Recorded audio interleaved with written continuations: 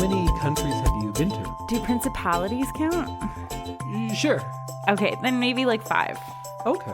What about you? I think I'm under 40.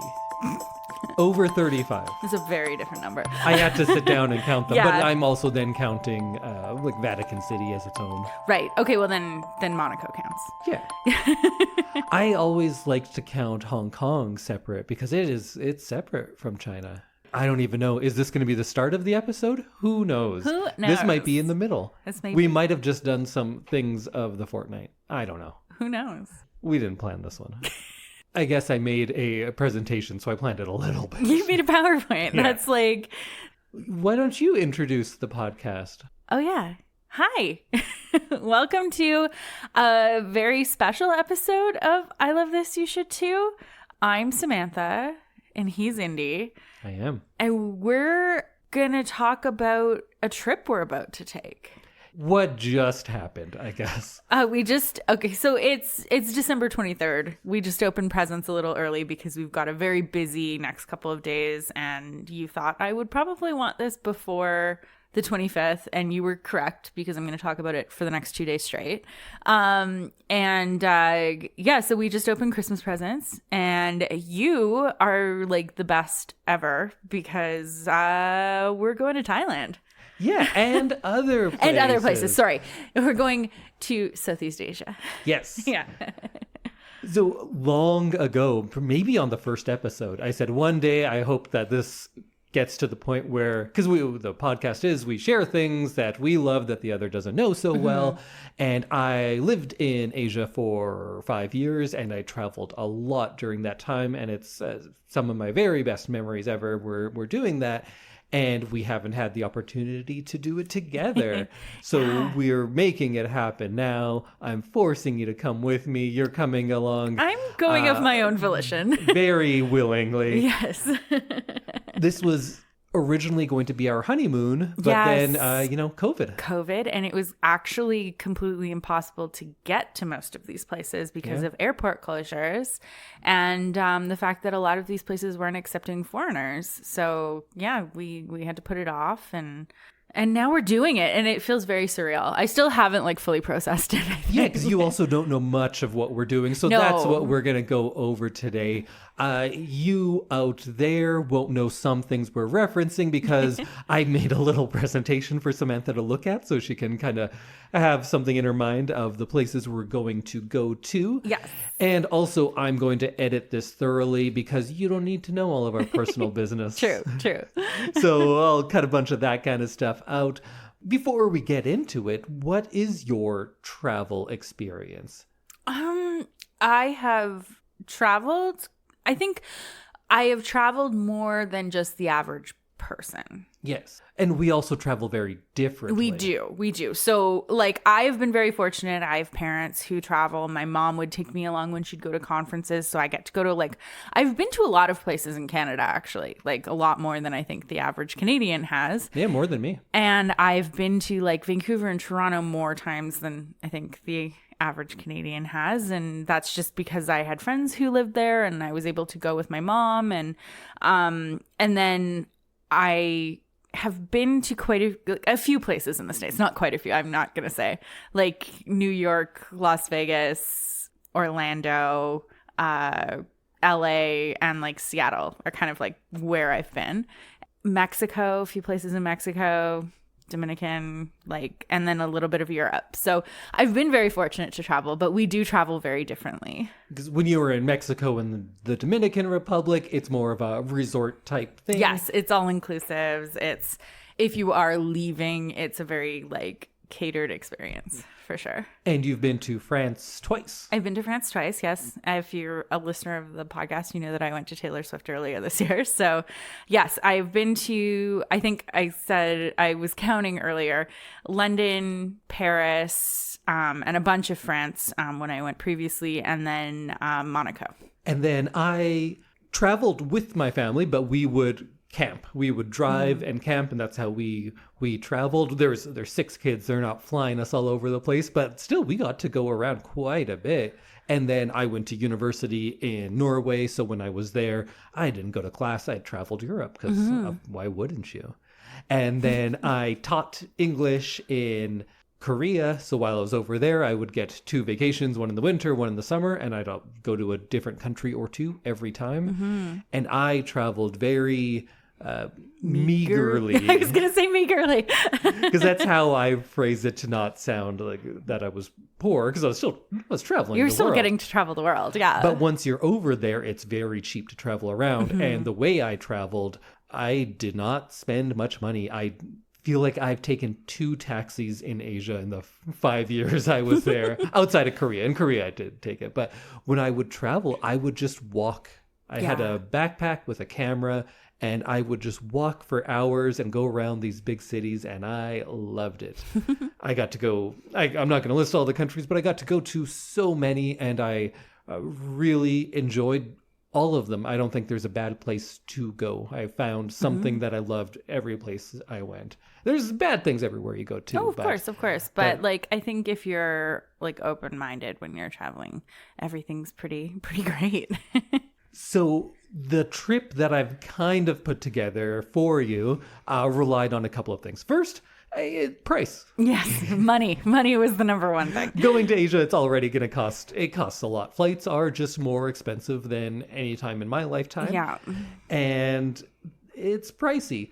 But also, I wanted to do a trip that would be getting you ready for the way I travel without throwing you in all the way. Because we've said we want to go to India. Yes. I really, really would want to go to India, but you said we need to do a trip You need to practice before you go to India. In between, because India is a whole different thing. And I was like, great, you are in charge of that.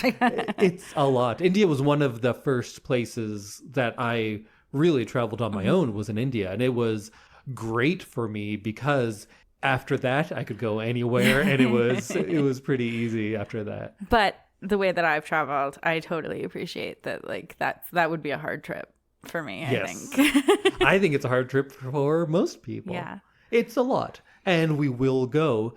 And I think this is a good stepping stone on that way, because it's mostly Thailand that we're going to. And I think that is a great place because it has so much of what I love. In my single favorite thing are night markets. Right. The last time I had a photo show in a gallery, it was night markets of Asia. That's what I photograph, and I so cool. love going to them. And Thailand has some great ones there. The food, I don't know many countries that have better food. It's in my top 3 for sure. Yeah. My goal is to eat pad thai every day. Every day? I think so. Wow. I'm going to try it. You might get bored. There's so many other things. But I guess one meal of pad thai and then 2. And with the prices, you'll be able to get multiple dishes. Exactly. So I'm not worried about it. But I do want to try many, many pad thais. Sure. But I'm also like, I'm not only going to eat pad thai. I'm going to eat many, many different things. But I just love the idea of pad thai every day. Who wouldn't? Also, Thailand is a place where even for not that much, we can afford some decent hotels. Here, it would cost more than $100 to stay in a hotel that's reasonable. Yes. Thailand, much cheaper, so our dollar is going to go a bit further. And it's a shame that we don't have a bunch of money, because we could stay in a really luxurious stuff for way cheaper than we could anywhere else. Oh, for sure. So we're missing out on that, but we can stay in reasonable stuff and still have money to get there. And eat pad thai every day. Yes. Before I started talking about it so much, or before you met me, was traveling Asia in general really on your map, in your mind? I think that was like a far-flung interest. Europe. I know you love Europe. I love Europe. I really, really have enjoyed Europe every time I've gone. Both times I've gone. But I've also really enjoyed hearing about Europe from other people. So it is more of an interest for me. I think if I was to spend the money on a trip, I think it would also feel safer for me to go to Europe. Oh, in what way? In that I haven't traveled in a lot of places, because Europe is similar to Canada, I'd say. It feels less new and different, I guess. Yeah, absolutely. And so and like going to Paris this year, I felt more comfortable because I do speak like a little bit of French, some broken French, and I was speaking in full sentences while I was there, which was amazing. But I just felt like a little bit less culture shock going to Paris or like traveling Europe. And so I think this was like, yeah, that would be really cool. But like, unless you go with somebody who like really knows what they're doing, it seemed a little daunting to me. For sure. I've known people who've gone to Thailand. I've known people who have traveled quite a bit. But I don't even know where to begin. Right? Thailand is the place to begin because it has such a huge tourism part of their culture that it's easy. Yeah. Because I've also gone to like very small towns in Peru and Myanmar, and those ones it's trickier for sure. And Thailand, I think, is such a good introduction into traveling around Asia. Oh, for sure. So that's a big part of why I chose that. I think you're just going to love it. I think I am. And I'm excited because you've done this before. So it's not going in blind. It's not like I feel very safe and like it's going to be great. And you know me well enough to know what I can handle. So and another thing about the vast majority of Asia is it's safe in the most literal way. I wouldn't be walking around Paris with my expensive camera in the middle of the night like I would in Thailand. That was the only thing that I was like felt unsafe with was like pickpockets in Paris. And like I was constantly yelling at Kim, hi Kim, to like make sure her phone was like securely attached to her person and everything. It sounds safer in Asia. Yeah, absolutely. And more so than here. Like honestly, of the places I visit, the 4 blocks around my place of work is probably the most dangerous places I ever go. Yeah, absolutely. No, and I feel like I felt unsafe in Edmonton in ways that I did not feel unsafe in Paris or like wherever. Yeah, we have a lot more just like random stabbings and stuff here. We really do. Yeah, so I'm excited. I don't feel like it's going to be super unsafe. I've got, ideas of what I'll need to bring, so that's good. Oh, and we will get into that, not on the podcast though, because people don't need to hear all of that. I was concerned I think a lot of the time people who have only been in North America and Europe think of pretty much all of Asia into the Middle East, into Africa. Everything is just like too dirty, too crowded, and like, why would I want to go there? Yeah. But I've been talking about these places so often, and I send you things so often that now I worry that your view is too Instagram perfect, because that's what I send often, and that's what you're seeing. But just like everything on Instagram, that's the influencer view. And the reality is somewhere in between. Like, yes, beautiful places for sure. And yes, super dirty, crowded places. And it all goes together, and that's what makes for a good trip, I think. Yeah, absolutely. And that's the thing. I'm like excited to go on a trip that isn't super pampered, I guess. I don't know how to phrase that properly. I'm trying hard to pamper you as much as possible, Thank you. because you're the best. This hopefully is the first step into what we'll be doing for the rest of our lives. Exactly. And there are so many places that I still haven't gone to, and I think hopefully that this will make you want to go to all of those with me too. Let's do it. So there is a little PowerPoint that Sam's looking at, so let's go on to slide 2. I have to say, Indy knows the way to my heart because I love a PowerPoint. Well, I also gave you my notes for booking this flight. Could you describe what that looks like for everyone? If you can imagine in your head, like when detectives have like serial killer tracking boards with like arrows and string and stuff, this is like the paper equivalent with arrows and colors and like just like real interesting shorthand. And I cannot make heads or tails of it. I'm sure if I looked at it long enough, I would figure out what it all was. But he was very nice and gave me like a calendar. Yeah, I know how you broke it down. So I made a nice color-coded calendar for you and a PowerPoint because that's how you roll. That is how I roll. And I sent a picture of this calendar to my group chat with Kim and my mom, and I was like, and now I'm about to see a PowerPoint. And they were like, he knows you so well. Yep. I thought about making a spreadsheet, but then I thought, you know what? I shouldn't rob her of that joy. I won't make the spreadsheet. I know you will. So first, we are going to leave here. We go to Vancouver, have a brief layover. Then we stop in Tokyo. And we have 5 hours in Tokyo.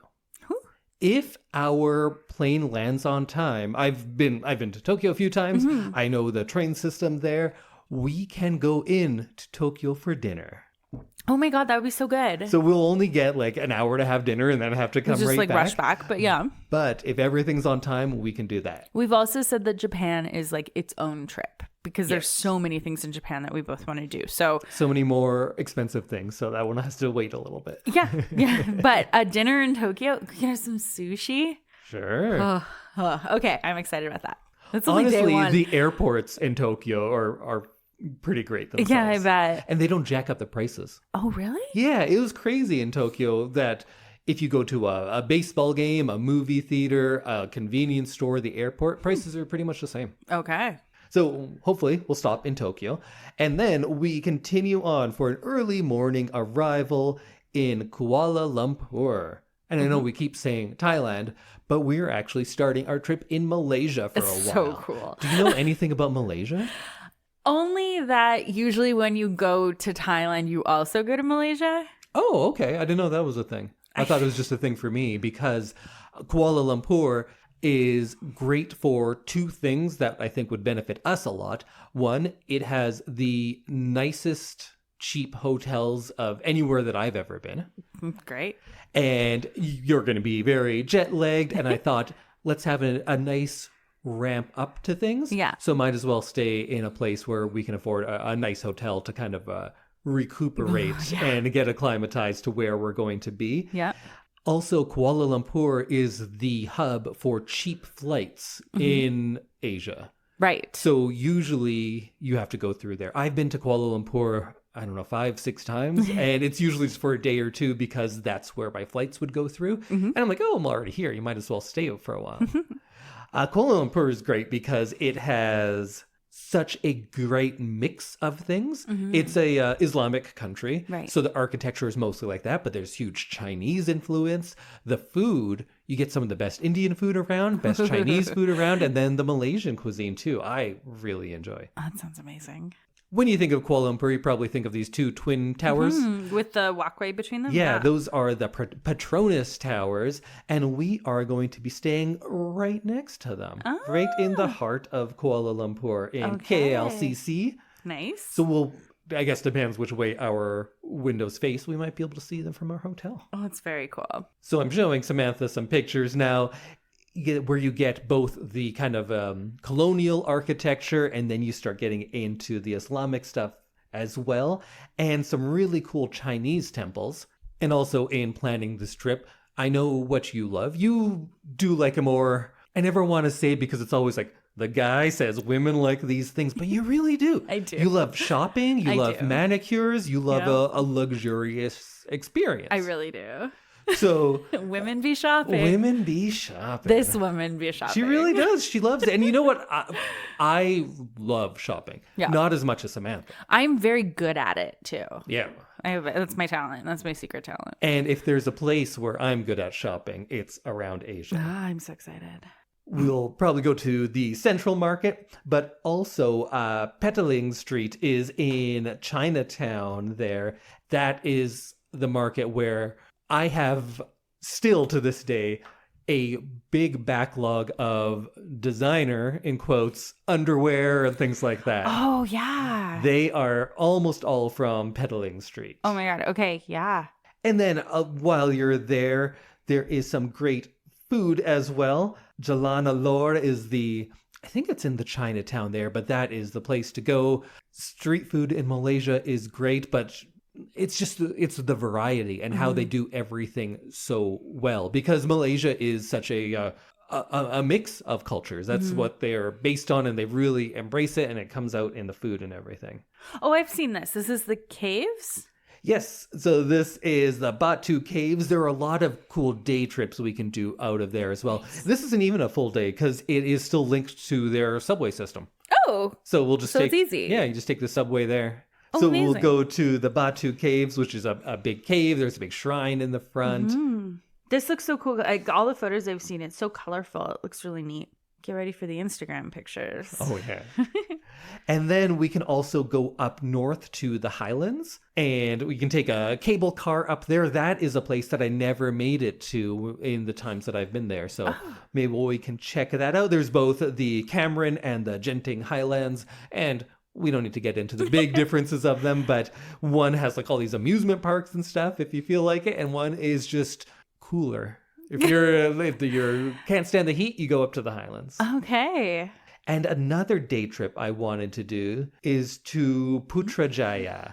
And this is a town where you can take a quick train. I think it's less than an hour away, but it looks amazing. It's most popular for the Pink Mosque. It is such a cool city where maybe there isn't as much to do, of course, as KL, but there is some amazing things to see for a day or two. So we'll maybe head over there for a day too. Awesome. And then from KL, oh, and if you're in the know, you'll stop calling it Kuala Lumpur. It's just KL. Just kale. That's so cool.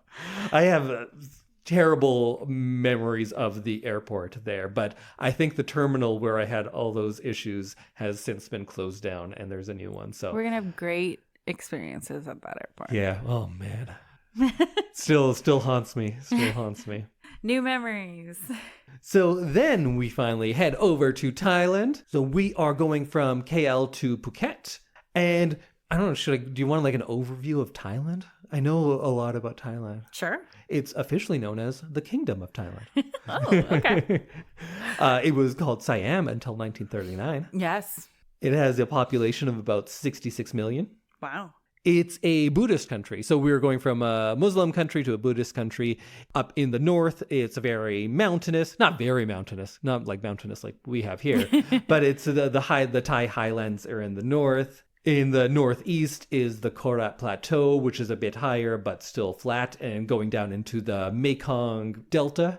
And the Mekong that's something that's hard to explain, is just how rivers are different around the world. Rivers look fundamentally different over there. Okay. So we will go on I don't know if we'll make it to the Mekong, but the Mekong is a lot of fun going around what's that word for those, like the mangrove type areas? Oh, yeah. And the center of the country is mostly flat, and the Chao Phraya River goes through there. Also, my Thai pronunciation, I don't know. I don't know how to pronounce a lot of the words. It's been so long since I've been there. I bet you'll get there and you'll pick it right back up.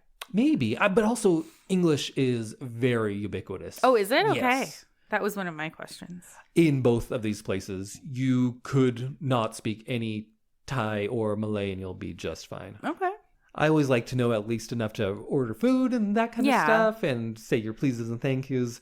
But since we're going for quite a while, I'll be able to practice a little more and get up to it. But you don't need it. So that river goes right through Thailand and right through Bangkok, and we will definitely see that river.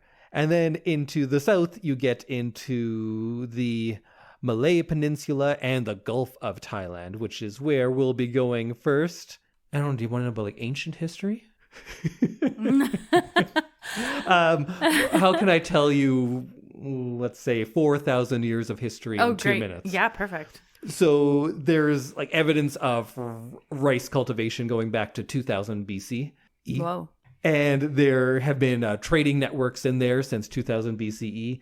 The Kingdom of Funan was the most powerful at the year like 200 BCE.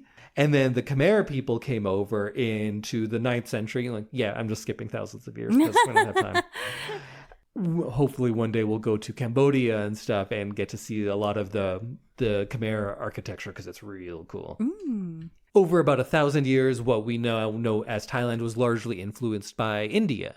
And the first time I went to Thailand, the two countries I had gone to outside of Europe were Korea and India. And I was like, wow, this is just like right in between them. It seems like such a mix of East Asia, more China, and India. And that's just because it is. Wow. Okay. And then the Thai city-states were coming up. The kingdom started in, the Sukhothai was in the 12 to 1400s.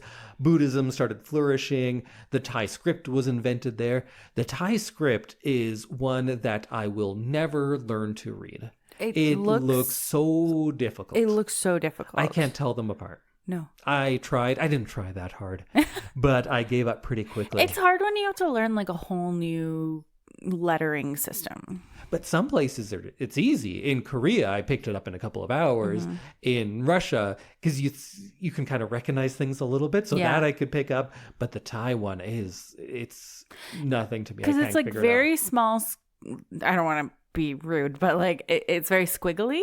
Like it doesn't look like individual letters and everything's. It's kind of like how your mom writes grocery lists. Oh, because she started writing in a different script and then learned English letters. Yeah. So it's like, I just assume I'm never going to be able to read it. Yeah. And if you've ever seen someone handwriting Thai, it's even harder. Whoa. It's okay. You can tell the differences in the letters when it's on a computer, but handwritten, you can't. In the 13th and 18th century, the Buddhist kind of hub of the country was in the north. And then Ayutthaya was coming up in the 14th to 1700s. And the Burmese came along in 1767 and kind of put an end to that. And then after the fall there were a few small kingdoms, but the dynasty that started in the 1780s is something that would continue for a long time, although not as long as those other ones. But since it's not 1,000 years ago, it feels longer, because they would continue right on until the 1930s, when there was a revolution. They ended absolute monarchy and established what they have now of a constitutional monarchy.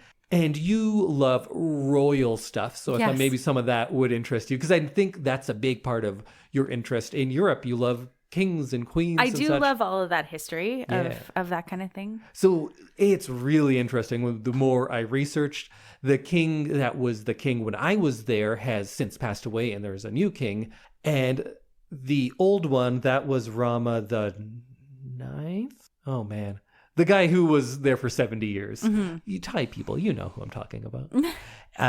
His story I didn't realize was so interesting, because he ruled for the third longest reign of any ruler. I think your girl, Queen Elizabeth, Elizabeth? Kiwi II, was second. Kiwi II. And the highway. And then the Sun King, which Louis was that, 14th? The 16th. 16th. He's the longest, I think. And then this one was... No, Louis the 15th was 15th? the Sun King. Okay. Louis the 16th was the one who got his head chopped off. Okay, so he's not the longest ruling. But this king ruled for 70-ish years. And when I looked into it, it came about kind of weird, because he was a brother to the king. Oh. And his brother mysteriously died by a gunshot wound in the head. So mysterious. And the king had been there, the next king had been in the room with him like a half hour earlier. And everyone said, oh, it was an accident. He accidentally shot himself in the head. And I don't know how often that happens as an accident. Yeah. But it's also something that's not talked about. Thailand has very strict, I forget the term for it, but you don't say bad stuff about the royals there. Right. You will go to jail. Ooh, okay. So when you're there, don't badmouth the king. Even though their current king, I'm not a fan. And I'll tell you all sorts of reasons why. But he's a... Man, he's a character. He doesn't even live in Thailand. He governs from Germany. Oh. And Germany is always like, hey, you can't use our country to govern from. You have to go quit it. Go be in your country. And he's not great. I don't care for this one. But there are these like funny pictures of him, because sometimes people would catch a picture of him, and he's wearing like low rise jeans. He's in his 60s or 70s. That's alarming. Like a weird like sports bra looking thing, and he has full back tattoos, but all of this you can't say. And even there, you don't show the pictures because you'll get in trouble for doing stuff like that. Oh. And he's had, so many wives. I don't know, 5? Something like that. And is like a real playboy kind of guy. Mysteriously died? No, but sometimes they would be like stripped of their rank and like cast off. And then 2 months later, no, you're back. You can be princess again. On again, off again. Yeah. But my favorite thing about him is his dog, Fufu. Oh. Fufu, who is a high-ranking Air Force official. Because he had a dog that he would dress up in military stuff and then granted this dog the rank. Oh my God. So this dog is something like the 3rd highest ranking military official in Thailand for a while. Oh, I love that. It's so cute and funny, but then also if I were in that country, I'd be like, we're just a fucking joke. You can't do that. Yeah. Don't give your dog power. One thing I also didn't know is that Thailand was kind of on the wrong side of World War II. Were they? Yeah, we only think of Germany and Japan. Yeah. Thailand was on that side. Oh. Largely because the Japanese came into Thailand and it was either like join them or fight them. It's like, hey, you're with us. Yeah, so they ended up just allowing them to go through. I don't know if Thailand really actively fought, but they just let the Japanese go through. Oh, wow. After that, though, they butted up to the Americans a lot more. And during all the Cold War stuff, they were very anti-communist. And then there are all sorts of, like, the right wing in Thailand has flourished in many different decades. There were a lot of different military rulers. They always had the king, but the prime minister would sometimes be installed by coups. And that was happening very often. Huh. Through the 70s, but as recently as 2014. There was a coup and the government was overthrown in 2014. Oh, wow. Yeah. Huh. So I've been there before that coup, but this will be my first time back since. Wow. Okay. I've been in some countries. Once I missed a coup by 2 months. That was the closest. Oh, wow. Yeah. That's kind of frightening. So right now they have... I should have like a Wikipedia page open. That would make it a lot easier. They have I think the youngest prime minister in Asia. And it's this woman who, anytime I see a younger woman in charge of a country, I think like, oh, progressive, that's good. And then you're like, oh no, she comes from a family of billionaires and they're all rulers. Oh, okay, it's not quite that progressive. Not quite as great, yeah. And she is not like far right wing, but more so than it had been in the past. She's very capitalist. Okay. So some things like they had in the past, like the legalization of cannabis, they have since reversed. They just walked that back, yeah. Yes. January 1st. Yeah, I'm just missing it. You're just missing it. I know, I'm sad about that. But oh, wow. I was just going to keep going. We're not doing a Thai history lesson. We're talking about our trip. We are arriving in Phuket. Yes. Phuket at first, I was like, oh, I don't want to go there. That's kind of like a party island. And Yeah, let's do it. also like a 18-year-old Australian party island is what I thought of it. Yeah. But that's just certain places. You can get around. And we are going to be staying in the Old Town. Ooh, it's so pink. So it's kind of that neo-colonial look, a little more quiet. There are some cool stuff right in the town of Phuket, like temples. There are great temples everywhere. Great statues. We don't do statues well in Canada. No. We're not a statue people. We're like a small statue. Yeah, but we're going to see some good ones over there. Okay, great. This Buddha is huge. That's the big Buddha, they call it. Oh, okay. Yeah, that makes sense. We can definitely do the party town stuff if we feel like it. Patong Beach is kind of the area for that. But Phuket is not a big island, so we'll be able to go to some of the other beaches, like Kata Beach, Banana Beach. That's a good one. So these are all going to be like quite close by, so we'll be able to get to whichever beach on the day we want. And then we can do some things that are more of a day trip, like going to Panga Bay, where we can kind of kayak around. I feel like I'm giving terrible audio in this episode, but I'm just like, ooh. Oh, I'm going to cut most of it. Okay, perfect. If it's just you going, ooh, that's cool, and they can't see it, I think I'll just cut it out. It's probably for the best because I'm not coming up with original thoughts right now. And then rather than flying out of Phuket, we are probably going to take a boat. I haven't booked this one yet, but we can take a boat and hopefully stop off in the Phi Islands. So that is going to be a more quiet, kind of secluded beach, but it is expensive to stay there. And from there, we'll continue our trip over to the other side of the Gulf to Krabi. Uh-huh. And Krabi Town is going to be a bit of a quieter place than Phuket was.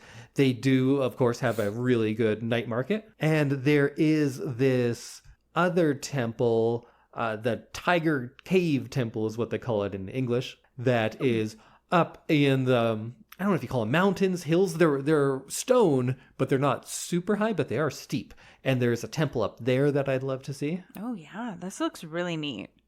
And I think the beach around Krabi is Rayleigh Beach. That one looks great. And there are some awesome hikes from there because you can hike up those mountains and get a whole view of everything. Very cool. Also, from around there, I'd love to go snorkeling around Chicken Island. Has some of the best snorkeling around. That's so cool. And when you see the island from when you on the boat going up, you'll be like, oh, it looks like a big chicken. The island itself looks like a chicken. Okay, that sounds very cool. And it has something that I've always wanted to see in my life and haven't had the chance to yet, and that is bioluminescent plankton. So we can go for a little night boat ride and hopefully see some of that. That's so cool.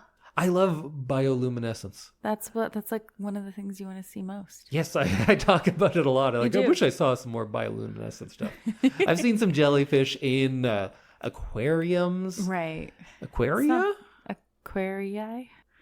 Whatever. Aquariarios? And I've seen fireflies when I was a little kid, but that was so long ago and I haven't seen anything since. So I really want to see these plankton. Yeah, this looks so cool. And then we are going to continue on to Bangkok. Ooh. And Bangkok, I think, like Thailand to a lot of people, it gets a bad rap. When I first went to Thailand, I went to Bangkok, and everyone's like, oh, you're just going to stay in Bangkok? That's weird. Why would you go there? It's just like a big, busy city. Bangkok is fantastic. I love it so much. I think it works well that it's at the end of the trip because then you've been seeing all sorts of things. And we have a big city, a smaller, I think KL smaller than Bangkok. I just assumed it feels smaller at least. Okay. And then we get some nice kind of beach time and then going back into the big city to finish things off. Nice. Do you have any ideas of Bangkok? Night markets. Oh, yeah. Pad Thai. Sure. Shopping. Yep. All of those. We'll do it all. Great. I'm in. We are going to stay in Sukhumvit, which is a great neighborhood. It has just kind of everything. It's quite central, great restaurants, great bars, decent transportation to get around. One of my favorite things to do when I was in Bangkok was taking the river taxi. For whatever reason, people don't do that. You can go on like river cruises and you can pay money and go on the river. But that's how I kind of just got around when I was there. It's so cheap. You're usually the only foreigner on any of those boats. Oh. And you just hop on and off. And when I was there last, there was a lot of flooding. So I'd have to like wade through water for a bit and then you just hop on a boat. It pulls up. It's so much less official seeming. Right. Just this boat pulls up and you just jump on there. It does stop, but you have to be pretty quick. They're not stopping for long. So you gotta get on that boat. And from the boat, you can see so much of the town. Like you don't even need to go to Wat Arun. You can just see it going on the boat at sunset. Watching the sunset over behind Wat Arun is always a great time. We'll have to do some of the big touristy things. Is this Wat Arun? Yes. Yeah, okay. We'll have to do some of the big touristy things, of course, like going to the Grand Palace. And the Grand Palace, you just walk around, That's take some pictures. cool architecture. It is. I love Thai architecture. I love the differences of roofs when you go through Asia, like how the roof curves at the corners and what they use to decorate the corners of the roof from Thailand, Korea, China, Japan. You can just look at one little piece of ornamentation and be able to tell what country that came from. Oh, cool. Or you will after you go to all of them. Because I'm going to learn about everything and I'm going to be an expert. Bangkok also has one of the best Chinatowns in the world. I love their Chinatown. And we are going to be there for Chinese New Year. That's going to be very cool. So just going there to eat is great. The markets there are fantastic. And going there on Chinese New Year, I think, will be a lot of fun, too. That sounds great. That sounds super fun. And like I said, I love those night markets. That's so many tents. So we'll go to a few different ones. The one I've been talking up to you for a long time is Chaduchak Market. Of course. So we'll have to go there on a weekend, do lots of shopping. Yes. And as long as we're talking shopping, Bangkok also best malls in the world. That's what I've heard. And you think like, do I really want to go to a different... Well, I know you want to go to malls, but people who maybe don't think about just shopping, well, would you really want to go to just malls when you're in a foreign country? Do you want to go to a mall? Yes, the Thai ones you do. All the malls. They are great. And there's so many different types of malls. Like you have your Icon Siam is the high-end one. Mm-hmm. You have some malls that are all your Louis Vuitton and that kind of stuff. Yeah. And you have some malls that it's a nice mall, but it's all knockoff stuff. Mm. And maybe my favorite mall was Terminal 21. Terminal 21 is cool because every floor of it is based off of a different country. Oh. So there's like San Francisco floor and there's Paris floor. And that's fun. The other great thing about malls there is mall food courts in Bangkok. Some of the best food in the world. Oh, you've told me that, and I'm So cheap, very so excited. good. The markets on the side of the street and mall food courts, I think, are the best food in Bangkok. Okay. And we're going to go to both. Excellent. I could talk about Bangkok for so long, but you know what? We'll just go. We'll figure it out. How about we just go? There is one big day trip from Bangkok that I need to do. Uh-huh. And that is to Ayutthaya, which is the ancient capital. And every time I've been in Bangkok, the floods were bad enough that the train tracks were washed out. Oh. So it wasn't easy to get to. And I was never the type of person who would like pay money for a card to get anywhere. And I also back then didn't have any money. Right. So this time we are definitely going to go. And then I can do something that I've never done and really wanted to as well. Yeah. Awesome. This looks very cool. When we're there, I can tell you all about the history of it. Perfect. People on the podcast don't need to know all of that. You can look into it. So that is a quick day trip from Bangkok. So we'll go there too. Awesome. And there are so many things I've already told you about that we don't need to talk about them here. We're just going to go do them. And I think it's going to be good for both of us. I'm in a place that I loved that I haven't been to in 15 some years. Mm-hmm. You are going to see all sorts of new things, but hopefully catered well enough that it's not going to be overwhelming. You'll get all your shopping in and probably some spa massage type things too. It's gonna be so good. I can walk up and down all the markets I want. Yeah. Everybody's happy. I get to shop. You get to photo. Oh, and I'm going to shop too. Yes. Oh, well, yeah, obviously. And then we'll come back home. Yeah. So we're going to be there, I don't know, what is it, 24 days? Something like that, yeah.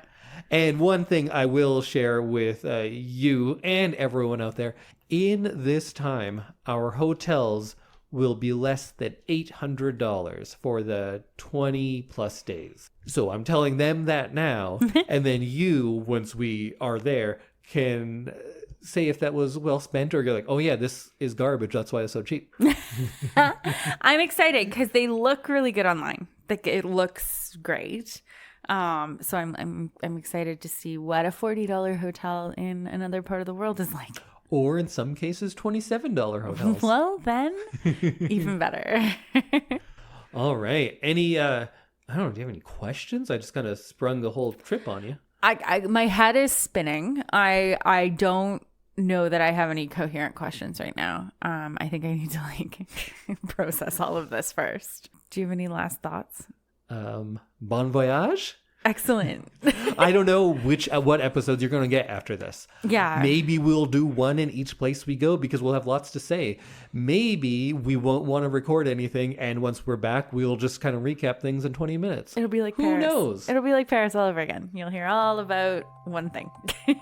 Okay, we will see you when we get back from Thailand. Well, hopefully we'll be back by the time this goes out. Of course. Because it's almost Christmas. Yes. Go back and listen to our Christmas episodes. Merry Christmas, everyone. Bye. Goodbye.